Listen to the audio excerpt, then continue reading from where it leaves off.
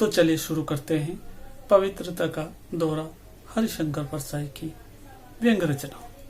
सुबह की डाक से चिट्ठी मिली, उसने मुझे इस अहंकार में दिन भर उड़ाया कि मैं पवित्र आदमी हूँ, क्योंकि साहित्य का काम एक पवित्र काम है।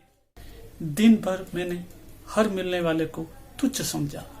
मैं हर आदमी को अपवित्र मानकर उससे अपने को बचाता रहा।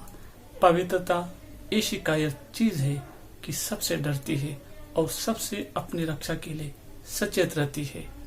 अपने पवित्र होने का एहसास आदमी को ऐसा मदमाता है कि वह उठे हुए सान की तरह लोगों को सींग मारता है, ठेले उल्टाता है, बच्चों को अरगेतता है।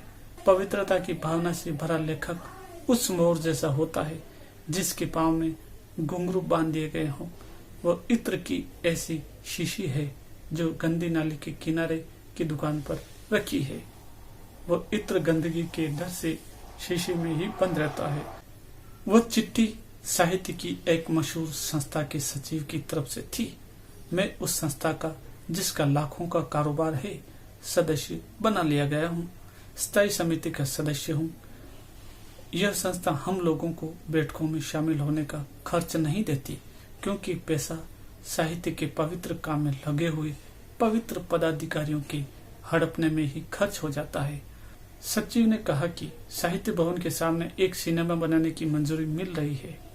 सिनेमा बनने से साहित्य भवन की पवित्रता, सौम्यता और शांति भंग होगी, वातावरण दूषित होगा। हम मुख्यमंत्री को सिनेमा निर्माण न होने देने के लिए ज्ञापन दे रहे हैं। आप भी इस पर दस्तखत कर दीजिए। इस चिट्ठी से मुझे बोध हुआ कि साहित्य पवित्र है, हम साहित्यकार पवित्र हैं और साहित्य की यह संस्था पवित्र है। मेरे दुष्ट मन ने एक शंका भी उठाई कि हो सकता है कि किसी ऐसे पैसे वाले ने, जिसे उस जगह दुकान खोलनी है, हमारे पवित्र साहित्य के पवित्र सचिव का पैसा खिला दिया हो कि सिनेमा न बनने दो। पर मैंने इस दुष्ट शंका को दबा दिया। नहीं, साहित्य की संस्था पवित्र है, सिनेमा अपवित्र है।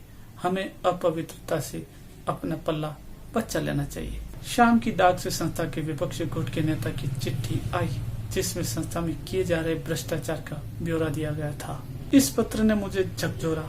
अपनी पवित्रता पर मुझे शंका हुई, साहित्य के काम की पवित्रता पर शंका हुई। साहित्य की संस्था की पवित्रता की मेरी उठान शांत हुई और मैं नॉर्मल हो गया। इतने साल साहित्य के क्षेत्र में हो गए। मैं कई बार पवित्र होने की दुर्घटना में फंसा, पर हर बार बच गया। मुझे लिखते हुए जब कुछ ही समय हुआ था, तभी बुजुर्ग साहित्यकार मुझसे कहते थे, आपने साहित्य रचना का कार्य अपने हाथ में लिया है। माता वीणा पाणी के मंदिर की पवित्रता बनाए रखिए। मैं थोड़ा फूलता था, सोचता था सिगरेट पीना छोड़ दूं, क्योंकि इस धुएं से देवी के मंदिर के धूप की सुगंध दबती होगी। पर मैं उबर आया। वे बुजुर्ग कहते, माँ भारती ने आपके सामने आंचल फैलाया है, उसे मणियों से भर दीजिए। जैसे कभी अंचल उस दिन कह रहे थे कि हम तो अब रजाई हो गए। जी हाँ, माँ भारती के अंचल में आप कचरा डालते जाएं और उसी में मैं मणि छोड़ता जाऊं। ये पवित्र लोग और पवित्र ही लिखने वाले लोग बड़े दिलचस्प होते हैं। एक मुझसे बार बार कहते, आप अब कुछ शाश्वत साहित्य लिखिए। मैं तो शाश्वत साहित्य ही लिखता हूँ। वे सट्टे का फिगर रोज नया लगाते थे, मगर साहित्य शाश्वत लिखते थे। वे मुझे वाल्मीकि की तरह दिमकों के बमीटे में दबे हुए लगते थे। शाश्वत साहित्य लिखने का संकल्प लेकर बैठने वाले मैंने तुरंत मरते देखे हैं। एक शाश्वत साहित्य लिखने वाले ने कई साल पहले मुझसे कहा था, अरे आप स्कूल मास्टर होकर भी इतना अच्छा लिखते हैं। मैं तो सोचता था आप प्रोफेसर होंगे। उन्होंने स्कूल मास्टर लेखक की हमेशा उपेक्षा की। वे खुद प्रोफेसर रहे, पर आगे उनकी यह दुर्गति हुई कि उन्हें कोर्स में लगी मेरी रचनाएं कक्षा में पढ़ानी पड़ी। उनका शाश्वत साहित्य कोर्स में नहीं लगा। सोचता हूँ हम कहाँ के पवित्र हैं। हम में से अधिकांश ने अपनी लेखनी को रंडी बना दिया है, जो पैसे के लिए किसी के भी साथ सो जाती है। सत्ता इस लेखनी से बलात्कार कर लेती है और हम रिपोर्ट तक नहीं करते। कितने नीचों की तारीफ मैंने लिखी, कितने मिथ्या का प्रचार मैंने किया। अखबारों की मालिकों का रूप देखकर मेरे सत्य ने रूप बदले हैं। मुझसे सिनेमा के चाहे जैसे डायलॉग कोई लिखा ले, मैं इसी कलम से बलात्कार की प्रशंसा में भी फिल्मी गीत लिख सकता हूँ और भगवत भजन भी लिख सकता हूँ। मुझसे आज पैसे देकर मजदूर विरोधी अखबार का संपादन करा लो और कल मैं उससे ज्यादा पैसे लेकर ट्रेड यूनियन के अखबार का संपादन कर दूं।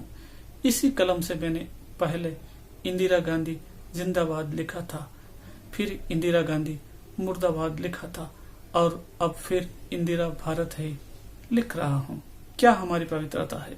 साहित्य भवन की पवित्रता को सिनेमा भवन क्या नष्ट कर देगा? पर होता तो है। पवित्रता, शराफत, चरित्र का एक घुमान। इधर ही एक मोहल्ले में सिनेमा बनने वाला था तो शरीफों ने बड़ा हल्ला मचाया।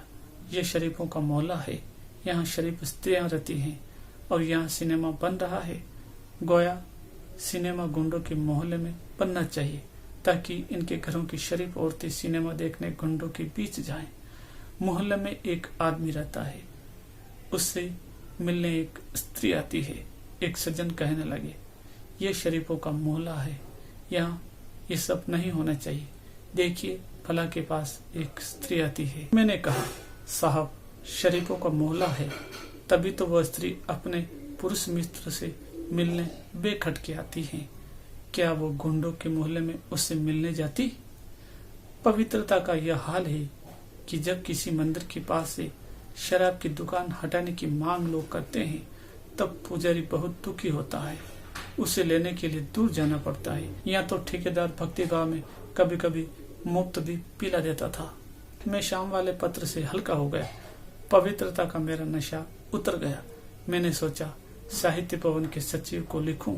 मुझे दूसरे पक्ष का पत्र भी मिल गया है जिसमें बताया है कि अपनी संस्था में कितना भ्रष्टाचार है।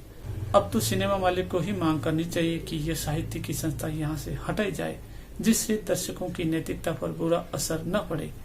इसमें बड़ा भ्रष्टाचार है। पवित्रता का दौरा हास्य व्यंग्य की कहानी जो लिखी थी हरिशंकर परसाई ने, यही समाप्त होती है।